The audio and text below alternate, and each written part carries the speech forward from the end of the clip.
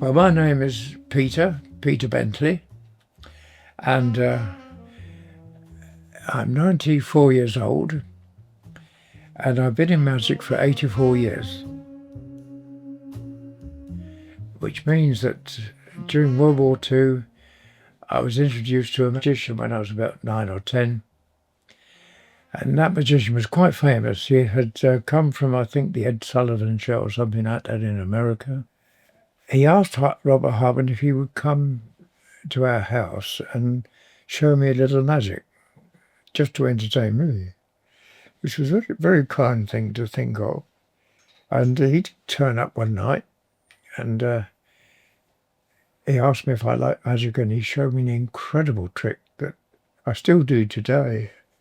He said, "Look, do you do magnetism at school?" I said, "Yes." He said, "You know about North and South poles?" I said, "Yes." He put the cigarette on the table and he said that this brown one is the South Pole.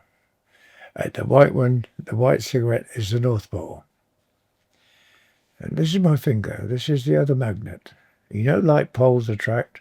He put his finger down and he said, "Let's see what's going on." He put his finger there and the cigarette was here. And he moved his hand up there and the cigarette followed it. I thought that was incredible. Incredible. How did he do that? And how old were you when you saw that? I was 10, Natalie. I was 10 when he showed me it. 9 or 10 years of age. I was born in 1931, so it would be, I'd be about 10, yes. You may remember Houdini. He's 100 years old when he died, but the history goes on. He was a great magician. He was very famous for not only his magic, but his escapology. And of course, people went crazy about this. But this little demonstration of Houdini, there's the cell, there's the door, and there's the walls and the back of the wall. And he would get into the cell, they'd lock him in, and there he is, wandering about this cell. There'd be in the cell, and he would push on the door to see that it was locked. He'd push hard and go up to the hinges again.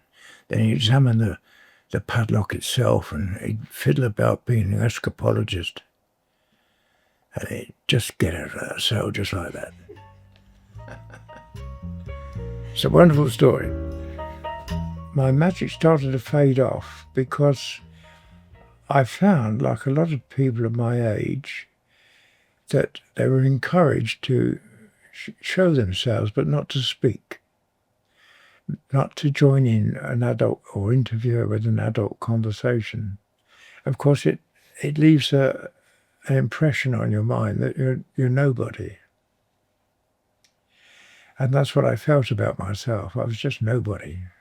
But eventually I started to do it amongst friends and amongst work people that I met in the course of my life. And I ended up retiring at the age of 75. I had a business by then, and I'd learnt to express myself and come out more than I'd ever done before. And I thought, I don't know, I'm ready to do different magic now. I can stand up in front of on a stage on my own, and I can do it. It does take you, it's just like a threshold. You step over a threshold, you become a different person. Now here's something I'd like to show you, Natalie. It's a nice good solid ring. If we turn the ring onto the ribbon, we can see, there it is. Now, if the ring wants to get off that ribbon, it has to come off the two ends, either end it comes off. So we keep the ends far apart so that it can't come off. Well, they say they can't come off, but if we do the magic words, like that, and go, it comes off.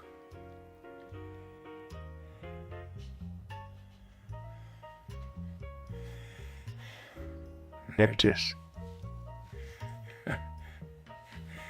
Now people say, well, how is that done? Well, I'll show you.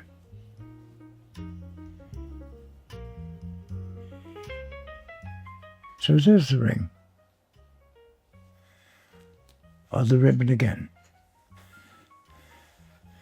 Now the point is that how this comes off is quite extraordinary. I've never worked it out myself. But there it is, and if you want it back on again, there it is. I enjoy that so much. It feels magnificent because after all it was a hobby, and now it was becoming sort of between a hobby and and in a small way a profession. It became a profession in the end, but it made you feel good about yourself. And what gives that feeling is that you've shown people what you've got, and they've enjoyed it. And you can tell that you can measure the enjoyment by the applause you get and the laughter you get from whatever you're doing. Magic's not about magic, it's about entertainment. And if you can make people smile, you can make them wonder, I wonder how he did. That was fantastic. I mean, you've added something to their life for the moment that they may remember, or they will remember some of it. And it gives you great pleasure to think you've left a little mark with somebody that that appreciated what you did.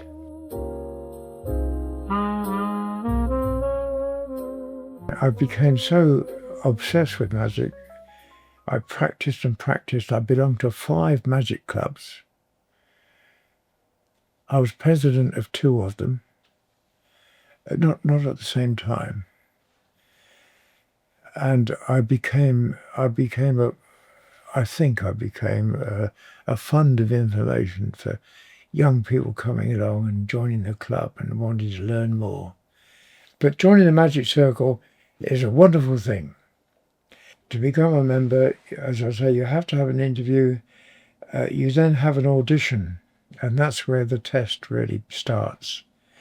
You get an approval from the council to come and perform for maybe 15-20 minutes, which is a long time when you're not really used to that sort of situation.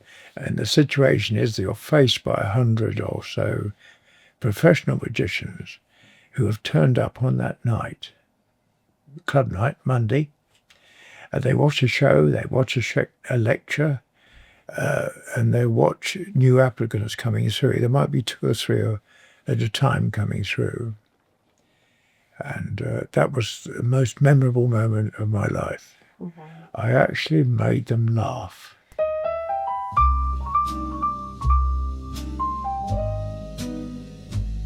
I was so proud of it. I did a kind of a funny comedy act as my last effect. And it went down really, really well. It went down so well that the membership secretary came up to me while I was packing my stuff up on the stage. He said, Peter, he said it almost at the side of his mouth because he's not officially allowed to say these things to applicants, but he came up to me especially and said, Peter, you won't have any trouble there at all.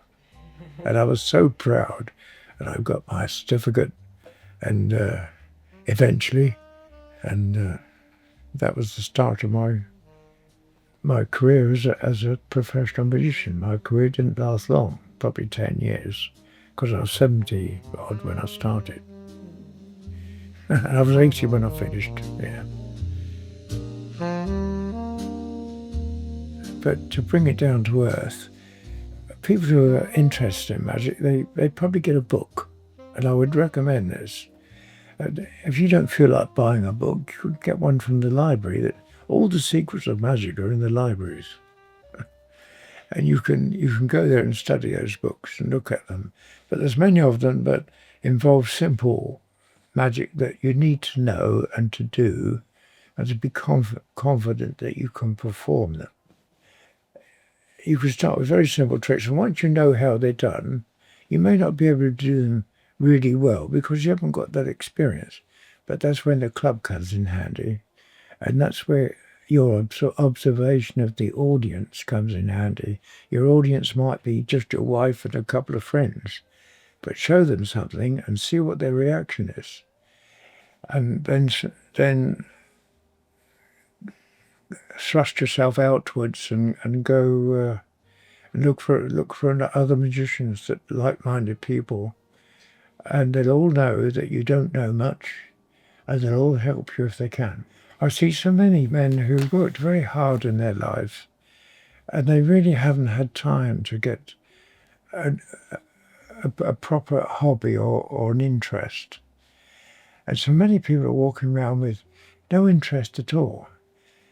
But if you said to them, look, I'll show you something. My mother thought that I was born with a pack of cards in my hand, and that's why I know that's the King of Diamonds. Would you like to have a look, Natalie? Just that top card. King of Diamonds. Good gracious, there's a coincidence. And the King of Spades is a wonderful card. And if you go K-I-N-G, King, O-F, Spades, S-P-A-D-E-S, it's the King of Spades. There it is. Just have a look and have a look. So there could be somebody watching your video that feels inspired, a bit like how you were inspired when you were 10 years old. I do hope so, Natalie. I hope that that is the case. Look, I've got to go now. I'll leave you to pack of cards, but have a look at them. They're quite interesting. And that's what I found.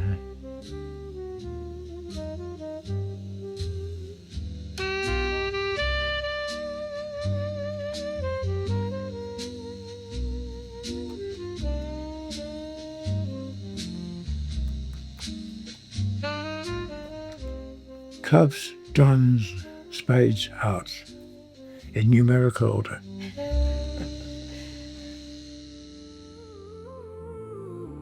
I've gotten to know Peter over the last year, and listening to his story has filled me with so much joy. His resilience and determination for his passion to be turned from a hobby into a profession is so inspiring, and that's why he's got an epic life story.